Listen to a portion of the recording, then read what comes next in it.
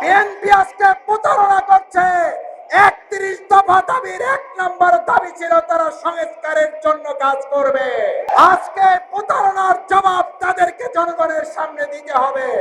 আজকের যুগে যদি কেউ আবার ফ্যাসিস্ট হাসিনা হয়ে উঠতে চান, তাহলে আবু সাইদে মুগ্ধের অনুসারীদেরকে মোকাবেলা করার প্রস্তুতি নিতে হবে। যারা ফেরাউন হয়ে উঠতে চেয়েছিলেন তাদেরকে মুসা আলাইহিস সালাম মোকাবেলা করতে হয়েছে।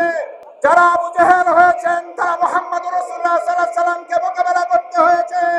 আজকের যুগে যদি কেউ আবার ফ্যাসিস্ট হাসিনা হয়ে উঠতে চান, তাহলে আবু সাইদে মুগ্ধের অনুসারীদেরকে মোকাবেলা করার প্রস্তুতি নিতে হবে।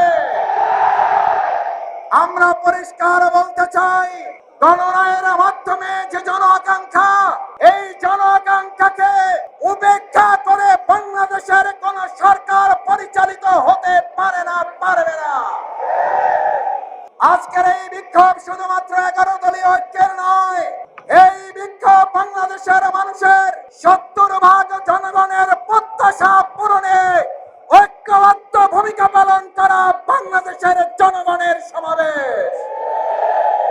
তাই আপনাদের কাছে আহ্বান জানাই, যে যেখানে আছেন আজকের 11 দলীয় ঐক্যের সমাবেশে অংশগ্রহণ করে 69% সমাবেশের জনগণ, যারা জনগণের ঐক্যের পক্ষে একটা সংস্কারের জন্য তাদের রায় প্রকাশ করেছিল, আজকে আমরা শুনছি সংস্কার নয় সংশোধন।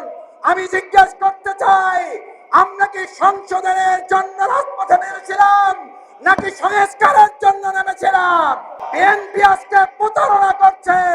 ৩১ দফা দাবির ১ নম্বর দাবি ছিল তারা সংস্কারের জন্য কাজ করবে। আজকে প্রতারণার জবাব তাদেরকে জনগণের সামনে দিতে হবে।